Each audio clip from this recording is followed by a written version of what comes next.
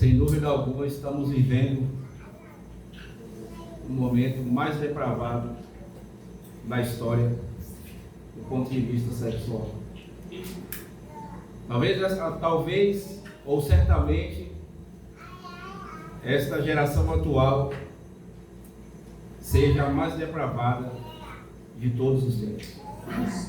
Estudos apontam que 80% do conteúdo que aparece na internet tem alguma relação, direta ou indiretamente, com a pornografia. Um estudo publicado nos Estados Unidos aponta um fato curioso: 75% dos homens consomem ou já consumiram pornografia. 40% das mulheres cristãs também fizeram uso desta prática. Para além disso, na atualidade, 54% dos cristãos, homens e mulheres, consomem pornografia. Diante deste dado, que deixa a mim e a você boquiaberto, com tamanha depravação moral da sociedade, sobretudo dentro da igreja, surge uma pergunta: como nós, eu, você, pode ficar de fora desta estatística? É o que descobriremos nesta noite, à luz da palavra de Deus, relacionado àquilo que trataremos por título do nosso sermão: qual a vontade de Deus para a sua sexualidade? Quero chamá-los à abertura da palavra de Deus que está descrita na primeira carta de Paulo aos Tessalonicenses, capítulo 4, e quero saudá-los com a graça e a paz do nosso Senhor Jesus. Desta feita nós leremos os versos do 3 ao 8 do capítulo 4 da primeira carta de Paulo aos Tessalonicenses.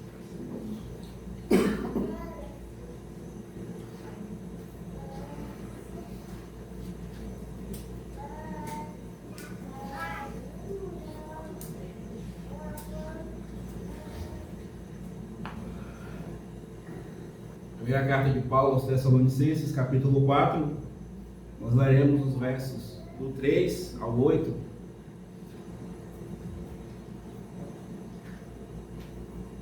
Leiamos as Escrituras.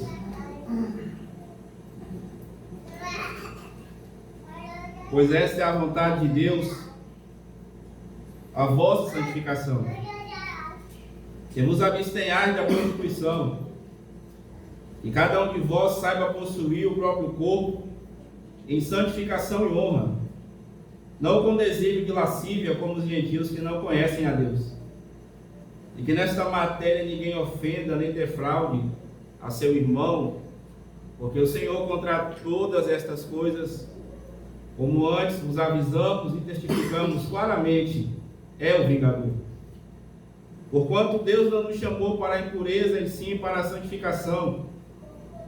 Cessarte que rejeita essas coisas, não rejeita o homem, e sim a Deus, que também vos dá o seu Espírito Santo. Até aqui a leitura das Escrituras. Queridos, nós faremos dois movimentos nesta noite.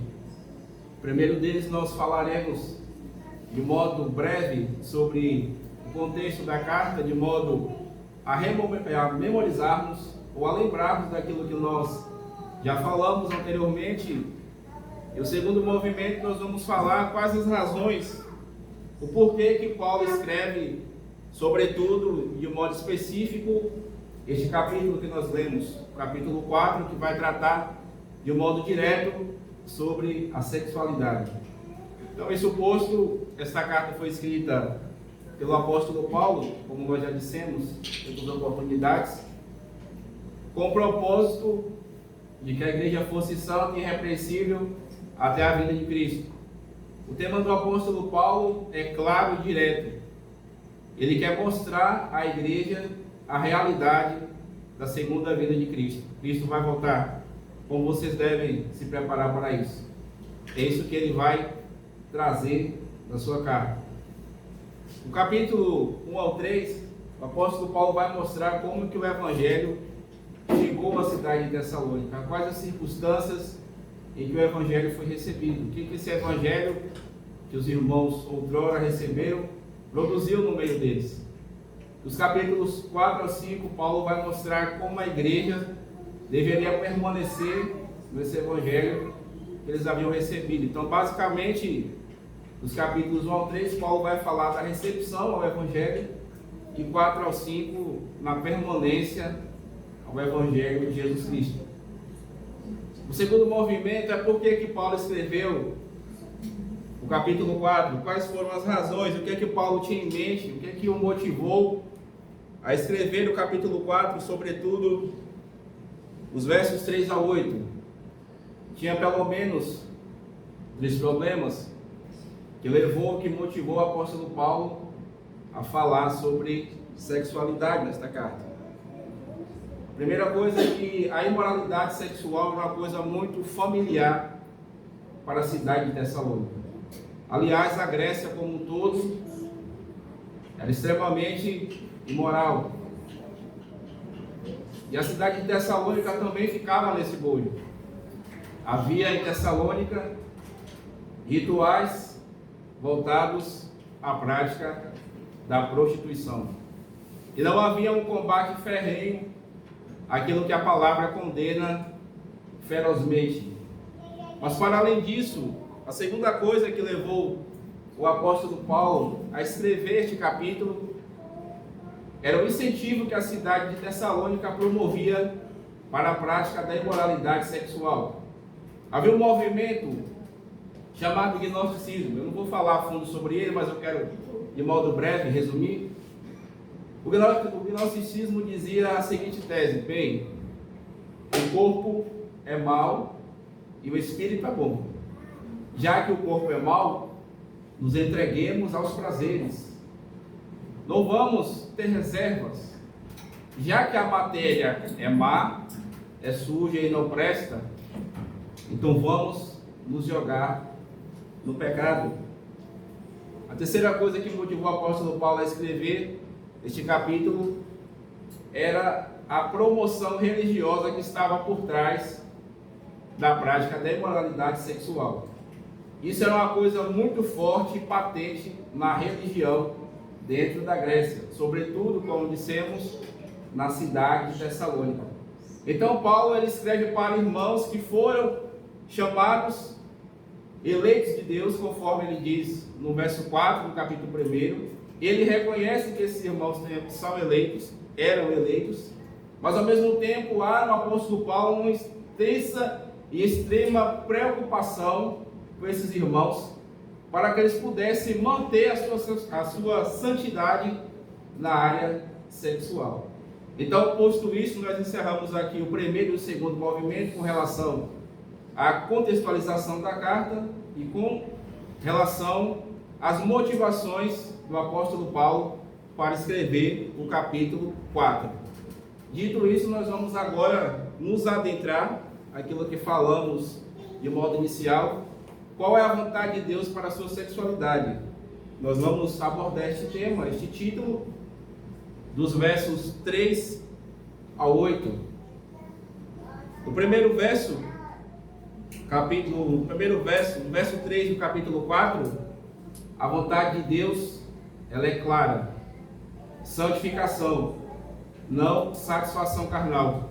Repito, verso 3, a vontade de Deus é clara. Santificação, não satisfação carnal. Vamos à leitura do verso 3. Acompanha comigo, por favor. Pois esta é a vontade de Deus, a vossa santificação, que vos abstenhais da prostituição. Longe de ser uma coisa abstrata ou uma coisa reservada aos intelectuais ou aos espirituais. Paulo ele vai destacar claramente que Deus ele tem uma vontade para mim e para você na área sexual. Enquanto muitas pessoas querem buscar uma vontade da parte de Deus oculta, uma vontade mística, de que Deus ele vai falar, ele vai fazer, Paulo é direto ao tratar sobre a vontade de Deus. No seu argumento ele vai introduzir tudo aquilo que ele vai falar, mostrando isso é a vontade de Deus.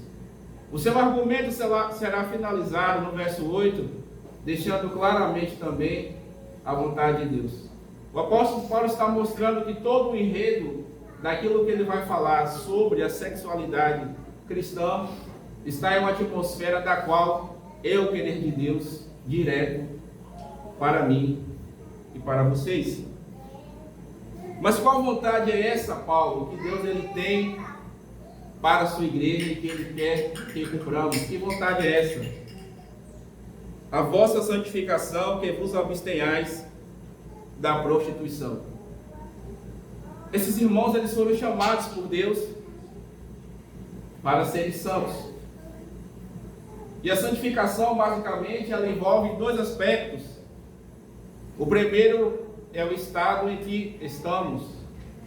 O aspecto em que Deus, ele chama do mundo, do lamaçal do pecado, seus eleitos. O aspecto posicional. Deus tira você do lamaçal do pecado e coloca você agora entre os filhos dele. Mas qual a finalidade de Deus tirar você do lamaçal do pecado e colocar você entre os filhos dele? É para que você seja santo. Então, nós estamos falando de duas santificações? Obviamente não. A segunda santificação ela tem um aspecto progressivo, um aspecto particular e individual de cada ser humano eleito de Deus. Deus ele chama você do pecado, coloca você entre os filhos dele, mas ele tem um propósito, não é para que você fique de modo inerte, parado, sem atitude, sem ação, mas é para que você prossiga e progrida no crescimento espiritual em Deus. Deus ele chama para que você se santifique nele de modo contínuo e diário, de modo pleno. Então é sobre essa santificação que o apóstolo Paulo está falando. Vocês foram chamados para ser santos, então santifique-se. Mas como eles deveriam praticar esta santificação na vida deles? O texto é claro. Vos abstenhais da prostituição. A expressão abstenhais, ela é muito clara e direta, que ela quer dizer apartar-se dele, ficar longe. O que Paulo está mostrando para nós é que a vontade de Deus quanto à nossa santificação é que nós nos abstenhamos, fiquemos longe de toda prostituição. E o que Paulo vai tratar aqui para nós neste texto como prostituição? O que este termo representa nesta carta escrita pelo apóstolo Paulo? A palavra aplicada aqui para a prostituição é uma palavra grega muito conhecida de nós outros, chamada porneia. E o que essa palavra grega ela representa? Ela representa e abarca toda a espécie de imoralidade sexual. O que você pensar por imoralidade sexual, porneia, abarca. É uma palavra abrangente que abrange todo tipo de imoralidade sexual e tudo aquilo que é rejeitado claramente pelas Escrituras. Tudo aquilo que foge do padrão natural de Deus estabelecido para todo ser humano se enquadra nessa característica de porneia. Então Paulo está sendo direto para a igreja dizendo: meus irmãos, Deus tem uma vontade para vocês. Ele quer que vocês se santifiquem. Como nós devemos fazer isso, Paulo? Olha, fiquem longe de toda imoralidade sexual. Meus irmãos, vejam como o apóstolo Paulo vai destacar de modo claro que Deus ele tem uma vontade transparente e real para todos nós. O que Paulo está mostrando é que a vontade de Deus para nós não é satisfação carnal, mas é santificação. Deus nos chamou para que nós fujamos de toda a imoralidade sexual. O texto é muito claro quando Paulo vai colocar essa verdade. E ele vai corroborar isso na carta aos Romanos, quando ele vai dizer que os irmãos deveriam fugir da imoralidade sexual. Mas ele também vai dizer isso em Coríntios, 1 Coríntios 6,18, fujam de toda a imoralidade sexual. Veja que não apenas em Tessalônica, mas Paulo vai falar também para outras igrejas para fugir desta prática. Ele vai ser direto com o seu filho na fé, Timóteo, quando ele diz para Timóteo, em 2 Timóteo, fuja dos prazeres da juventude. Paulo é direto ao informar que velho, criança, todos nós, homem e mulher, deve fugir da imoralidade sexual. Esse pecado pode atingir qualquer pessoa. Não tem restrição de classe. Obviamente, algumas pessoas são acometidas com mais facilidade com relação a esse pecado, mas a orientação é para que todos nós fujamos de toda a imoralidade sexual. E esta verdade nos leva à segunda instrução que Paulo ele vai aplicar na sua carta, descritas nos versos 4 e 5. Se a vontade de Deus para nós é clara, Paulo vai destacar aqui que a vontade de Deus, ela é prática. E qual é a praticidade da vontade de Deus para mim e para você? É que você deve controlar o seu corpo, não se deixe controlar por ele. Vejamos essa afirmação nos versos 4 e 5. Leiamos: que cada um de vós saiba possuir o próprio corpo em santificação e honra, não com desejo de lascívia, como os gentios que não conhecem a Deus. Paulo chama a igreja à santidade, à abstenção da imoralidade sexual, e agora ele vai dar uma instrução direta. Vocês precisam ter autocontrole.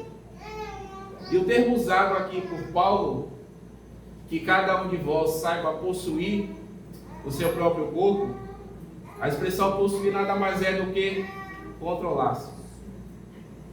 O que Paulo está mostrando e está exortando da parte de Deus para nós outros é: controle os seus impulsos pecaminosos.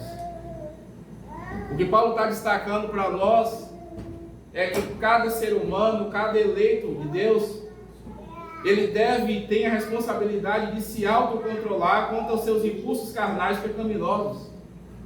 A expressão aqui corpo, ela está intimamente ligada à pessoalidade de cada servo. A instrução é: aqueles que estão ouvindo a palavra de Deus devem se autocontrolar, ou seja, devem ter domínio próprio quanto aos impulsos pecaminosos com relação à imoralidade sexual. E vejam que em todo este texto, Paulo vai usar o termo santificação. Ele aplicou isso aqui no verso 3, e agora no verso 4 ele vai falar mais uma vez: tenham domínio do corpo de vocês em santificação e honra. Pois, irmãos, Paulo ele está destacando que nós devemos ter consciência quanto ao nosso corpo, em não sermos veículos de Satanás para descumprirmos a palavra de Deus, para darmos vazão à imoralidade sexual. A palavra honra aqui, ela quer dizer uma valorização daquilo que você tem, que é o seu corpo. E por que Paulo diz isso? Porque você é precioso como ouro de Ofir? Certamente não. Não é esse o sentido que Paulo está falando de honrarmos o nosso corpo. Mas o sentido aqui é o mesmo que ele aplica em 1 Coríntios, no capítulo 6, quando ele diz para os coríntios ter cuidado com a prática da imoralidade. Por quê? Porque o nosso corpo é templo do Espírito Santo. Vejam como Paulo está desenvolvendo o seu argumento. Ele está dizendo: o seu corpo não é seu, pertence a Deus. Tenha controle sobre o seu corpo e honre o seu corpo, porque ele não é seu, ele pertence a Deus. Paulo está destacando, meus irmãos, que nós devemos nos abster da imoralidade sexual, exercendo a prática da santidade, porque nós devemos honrar aquele que nos formou, aquele que nos criou, e é por isso que nós devemos nos abster de toda imoralidade sexual. Mas não apenas isso, ele vai fazer agora aqui um contraste no versículo 5, com relação àqueles que exercem o autocontrole, o domínio próprio, com relação àqueles que não conhecem a Deus. E o contraste é claro, porque ele vai dizer: não com desejo de lascívia, como os gentios que não conhecem a Deus. Veja como Paulo põe claramente aqui um contraste. Aqueles que conhecem a Deus, eles vão ter domínio próprio, eles vão ter controle sobre a imoralidade sexual. Ao contrário disso, quem são? São os gentios. Por quê? Porque eles não conhecem a Deus. O que Paulo deixa claro para nós é que aqueles que não conhecem a Deus, mesmo dizendo que são crentes, eles não vão conseguir ter domínio próprio. Porque o domínio próprio está intimamente ligado àquilo que Paulo fala em Gálatas como fruto do Espírito. E quem de fato não tem o Espírito Santo no seu coração, não consegue ter o domínio próprio, mas ao contrário disso vai fazer o quê? Ele vai agir com lascívia. E podemos pensar aqui na ideia de um carro descendo a ladeira sem freio, desgovernado. Assim é alguém que não tem o Espírito Santo. Ele é totalmente desgovernado aos seus impulsos pecaminosos. Ele é um carro em alta velocidade descendo a ladeira sem freio. Só Deus sabe onde isso vai parar. E Paulo está dizendo: aqueles que conhecem a Deus conseguem exercer o autocontrole. Vocês devem exercer a santidade não como aqueles que não conhecem a Deus, não de fingimento. Mas é importante nós dizermos uma coisa sobre estes versos 4 e 5, é que Paulo não está proibindo os impulsos sexuais de homens e mulheres. A proibição não é nesse sentido. Eu quero dizer para vocês que todos nós, que somos héteros, Deus colocou em nosso coração o desejo, para aqueles, obviamente, que vão casar, ou entendem que possuem da parte de Deus esse dom, o desejo sexual pela parte oposta. E não é essa a proibição que Paulo está fazendo. Paulo está fazendo uma proibição para que os irmãos consigam se controlar, não se deixem entregue aos prazeres, às práticas que os ímpios fazem, para que os homens de Deus consigam, de modo lícito, desfrutar do benefício de Deus, que é o sexo para o casamento. E essa verdade, ela é confirmada por Paulo em 1 Coríntios 7, quando ele vai instruir os irmãos, e ele vai dizer a seguinte frase, parafraseando: que o marido conceda para a esposa aquilo que é devido, de igual modo a esposa para com o marido. Paulo está tratando, meus irmãos, que no casamento o sexo é uma dívida entre o casal.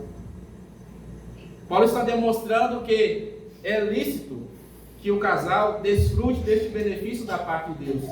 Que na verdade pecado é quando o casal não desfruta deste prazer santo e espiritual que Deus estabeleceu dentro do casamento.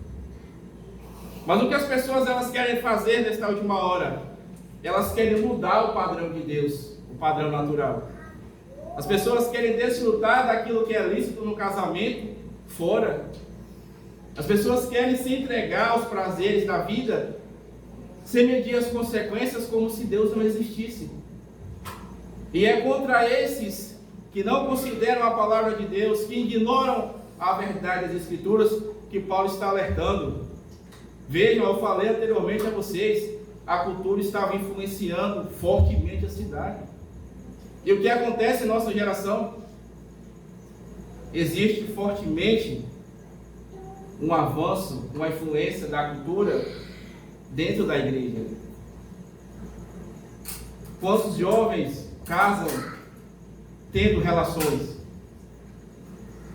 Quantas pessoas casaram sem se guardar, sem se cuidar? E qual é a causa disso? Não se atentar para a palavra de Deus, não ouvir as Escrituras sagradas, ignorar fortemente o conselho das Escrituras. Mas não é isso que Paulo está dizendo.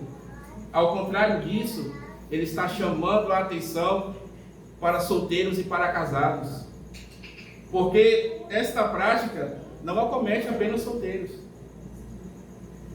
Existem homens casados e mulheres casadas que são entregues à sensualidade é a prática da pornografia. Existem mulheres sensuais que se vestem não para chamar a atenção do marido, mas para chamar a atenção de outrem. Existem homens que se vestem não para a sua esposa, mas ele quer chamar a atenção de alguém. E Paulo está dizendo, cuidado. Quem age assim são os ímpios, são os que nem conhecem a Deus. Quando Paulo fala sobre a questão do corpo, meus irmãos, nós devemos entender o que é o nosso corpo ser templo do Espírito Santo. Isso é uma particularidade muito íntima entre o eleito e Deus. Você é propriedade exclusiva dele, o seu corpo não pode servir de veículo para que alguém peque. Então as pessoas dizem assim, olha, não vamos falar sobre vestes, não vamos falar sobre nada, deixe a cada um por sua consciência. Vai nessa que você vai ver onde você vai parar. Deixe a sua consciência, entregue aos seus prazeres, não se volte para as Escrituras, só Deus sabe onde você pode parar. Então as Escrituras estão nos chamando que nós, como homens e mulheres que aqui estão, devemos sim nos portar e nos vestir de modo digno, segundo as Escrituras.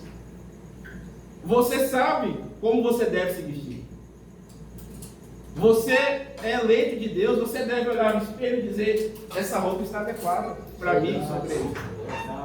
Você não precisa de alguém dizendo, olha, a sua saia, a sua blusa, ou os homens, não. As Escrituras chamam a nossa atenção e o Espírito Santo ele vai testificar em nosso coração se a nossa postura é uma postura que está agradando a Deus. O contexto e o contraste é claro. Quem não conhece a Deus vai ser entregue aos prazeres, vai ser entregue às paixões. Quem conhece a Deus, quem tem aliança com o Pai, quem tem o Espírito Santo no coração, tem autocontrole. Ele não tem a sua consciência cauterizada pelo pecado. Ele não é alguém sensato, que não sabe se portar nos ambientes. Ele é alguém sensato, ele tem sensatez. Ele sabe como ele deve se portar nos ambientes. Ele é alguém consciente. Ele tem um Espírito. O Espírito mostra para nós como deve ser a nossa postura. E é isso que Paulo está dizendo para nós. Mas não apenas isso, meus irmãos. A terceira verdade que o apóstolo Paulo vai nos mostrar está aí no verso 6. A advertência de Deus para nós é severa. O pecado sexual é assunto da justiça do vingador. Vejamos aí o verso 6, por favor. E que nesta matéria ninguém ofenda nem defraude a seu irmão, porque o Senhor, contra todas essas coisas, como antes vos avisamos e testificamos claramente, é vingador. Queridos, Paulo ele vai utilizar aqui algumas expressões. No verso 6, a primeira delas é que nesta matéria. Que matéria? A melhor palavra aqui para traduzir não seria matéria, seria assunto. Porque Paulo está tratando aqui sobre sexualidade. Mas a nossa tradução ela traz como matéria. Mas o sentido é, e que neste assunto, sexualidade, o que devemos fazer, Paulo? Ninguém ofenda nem defraude a seu irmão. O sentido aqui, o termo ofender e defraudar, é literalmente causar dano a outrem. O sentido é mais profundo ainda, quando diz que defraudar está relacionado a despertar intencionalmente o desejo sexual em outro de modo ilícito. Então veja como Paulo está desenvolvendo o seu argumento de modo lógico, mostrando para nós que o sentido de ofender e defraudar é causar dano e agir de modo sensual, deliberado. O que Paulo está falando aqui é de alguém que conscientemente quer chamar a atenção. Eu vou usar a linguagem popular, quer causar. A ideia é de alguém que está preocupado somente em satisfazer as suas emoções, as suas vãs emoções, e ele não está preocupado com o dano que aquilo pode prejudicar a outrem. É alguém que intencionalmente age e pratica coisas e faz coisas com a intenção de literalmente despertar o desejo sexual em alguém. Isso aqui não é apenas para solteiros. Volto a dizer, casados também agem assim. Muitas vezes o homem está com a sua esposa, mas ele está pensando em outra mulher. Muitas vezes a mulher está com seu esposo, mas o quintal invisível é mais verde que o dela. Ela não consegue olhar para o seu relacionamento, para o seu casamento, como fruto da providência de Deus, como algo prazeroso, mas ela quer chamar a atenção dos homens lá de fora. E aqui vale para os jovens também, para os não casados, que às vezes se interessam pela pessoa errada, ao invés de se interessar por alguém solteiro, desimpedido, quer chamar a atenção de quem já tem compromisso. E o que Paulo está mostrando aqui é as possibilidades que podem acontecer do dano ser causado. Quem de nós não conhece famílias que foram destruídas por traição? Quem de nós não conhece sonhos que foram destruídos por traições? Quantas famílias se perderam, quantos pais abandonaram a família porque entenderam que a esposa já não era mais suficiente, deveria buscar algo lá fora. E Paulo está mostrando para nós que neste assunto, neste tema, ninguém ofenda nem defraude a seu irmão. Por que, Paulo, que nós não devemos agir de um modo malicioso, libidinoso? Por quê?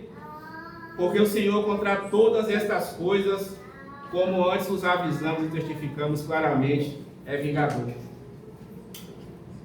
Meus irmãos, Paulo está mostrando o fim ou o resultado daqueles que agem de modo deliberado na área sexual. Paulo está chamando a atenção, olha, cuidado, para que você não cause dano ou não prejudique alguém, porque Deus vai se vingar de você. Você está pensando que você vai fazer essa traição em oculto e ninguém vai saber? Paulo está chamando a atenção dos irmãos para a realidade da justiça de Deus. Paulo está mostrando, meus irmãos, cuidado, Deus é o justo juiz. Ele está dizendo para nós, não flertem com o pecado não é brincadeira. A abstenção ela é total e é plena. Nós devemos nos abster de todo tipo de imoralidade sexual. Nós não devemos flertar com o pecado. O sentido aqui que Paulo está mostrando é: nada ficará em oculto aos olhos de Deus. Amém. O que Paulo está mostrando para a sua igreja, para a igreja de Deus, é que todo pecado ele vai ter uma consequência. Por mais que seja feito às escondidas, que ninguém sabe, por mais que exista aquelas mensagens em que só você sabe e que ninguém mais sabe, ou aqueles olhares em que só você sabe, Paulo está mostrando, Deus conhece o foro íntimo. Não adianta nós querermos ter uma dupla personalidade na igreja, sermos de uma forma e lá fora de outra. Você vai demonstrar se verdadeiramente você está andando com Cristo e o Espírito Santo está em você, é no momento que você está sozinho. Que você deve demonstrar a Deus santidade. E será que você tem feito isso? No momento em que ninguém está te vendo, é lá que você tem que provar realmente se você recebeu o Espírito Santo. Veja que o chamado à santidade não é apenas para casados, não é apenas para solteiros, é para todos.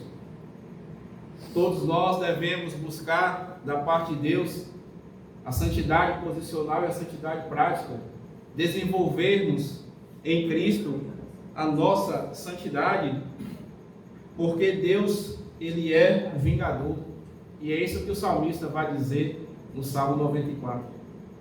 Ele vai chamar a atenção descrevendo que o Senhor, o vingador, Ele vingará com justiça.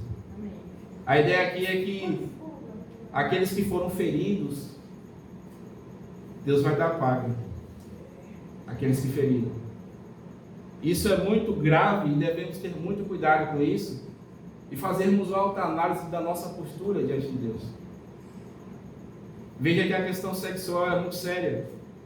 Embora algumas pessoas querem tratar isso aqui de modo jocoso, como se isso aqui fosse algo brincante, brincadeira. Isso pode acontecer com você, pode acontecer comigo. Você não deve olhar para este texto aqui e dizer, é fulano. Isso aqui é para você mesmo, que em alguns momentos se pegou nessa situação. Deus está chamando nossa atenção, santidade, abstência da imoralidade sexual. Não brinque com isso, é coisa séria. A quarta verdade que Paulo vai mostrar para nós está aí nos versos 7 e 8. A sua santidade em Deus é fundamental. Você foi chamado para a santidade. Veja como Paulo vai usar este termo santidade de modo exaustivo nestes versos.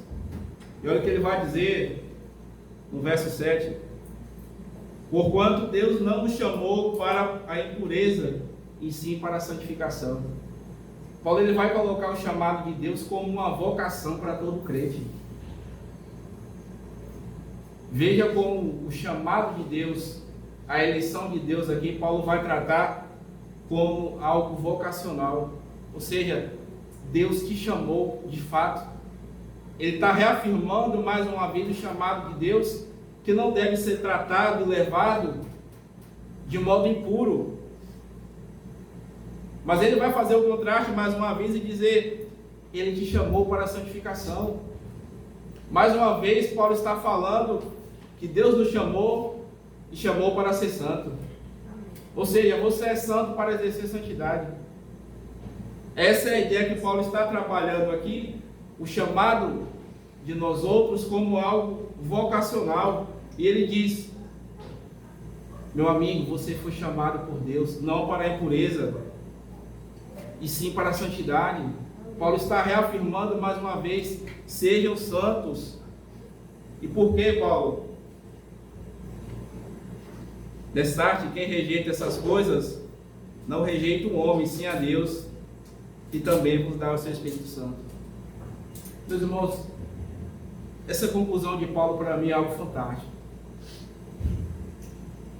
Paulo está prevendo que vai aparecer argumentações contrárias. Nada, Paulo, isso é Monte Caxias. Não precisa ser tão santo assim não, Paulo. Dá para flertar um pouquinho com o pecado. Dá para mim provocar na minha namorada uma intenção sexual fora do casamento. Também não é assim, Paulo. Vá devagar com isso.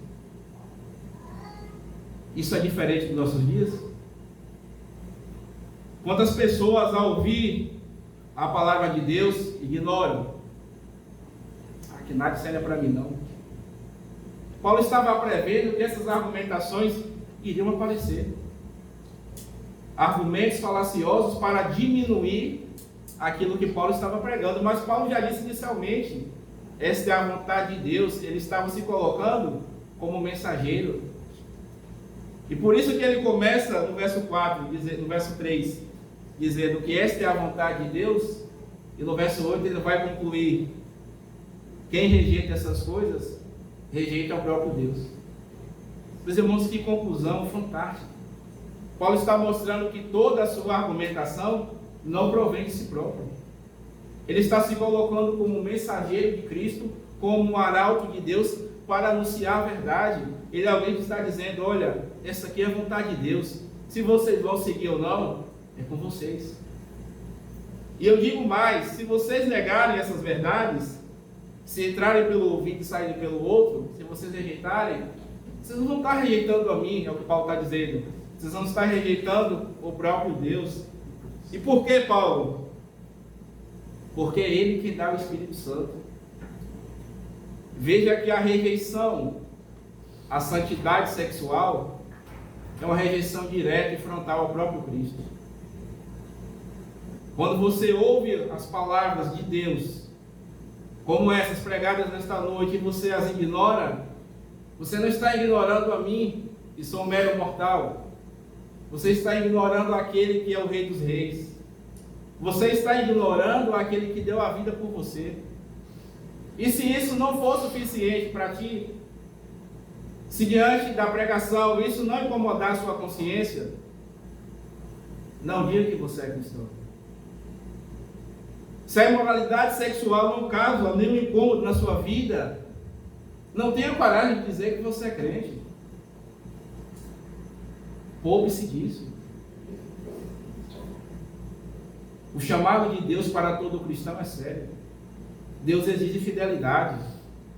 Não tem essa de que nós somos chamados e vamos ser salvos de quaisquer maneira. Isso é balela. Quem assim pensa, nunca conheceu a verdade de Deus. Quem acha que vai ser salvo de qualquer jeito e que Deus não tem um padrão moral e não exige da sua igreja santidade, nunca conheceu a fé verdadeira. Mas apesar de tudo, Paulo ele dá um álibi, um ânimo para que nós consigamos ficar livres da imoralidade sexual. E ele vai dizer que também nos dá o seu Espírito. Paulo está dizendo, o Espírito foi dado e ele será dado continuamente. A atmosfera pela qual você deve ser santo é pelo Espírito Santo em você. E Paulo está deixando claro que Deus não apenas nos deu o seu Espírito, mas que Ele dá diariamente. Paulo está mostrando, meus irmãos, não faltará nada para que nós consigamos ser fiéis à palavra de Deus, porque o Espírito Santo está em nós, e Ele será desenvolvido diariamente dentro do nosso coração. E é isso que Paulo ele conclui dizendo que continuamente você e eu seremos habilitados para que estejamos livres da imoralidade sexual. Qual é a vontade de Deus para a sua sexualidade? Em primeiro lugar, ela é clara. Santificação, não satisfação carnal. Em segundo lugar, ela é prática. Controle seu corpo. Não se deixe controlar por ele. Em terceiro lugar, a advertência de Deus é severa. A sexualidade ela é assunto do vingador. Deus vai dar cabo. Quarto lugar, a sua identidade em Cristo ela é fundamental. Você foi chamado para a santidade. Seja santo para a glória de Deus. Amém. Amém.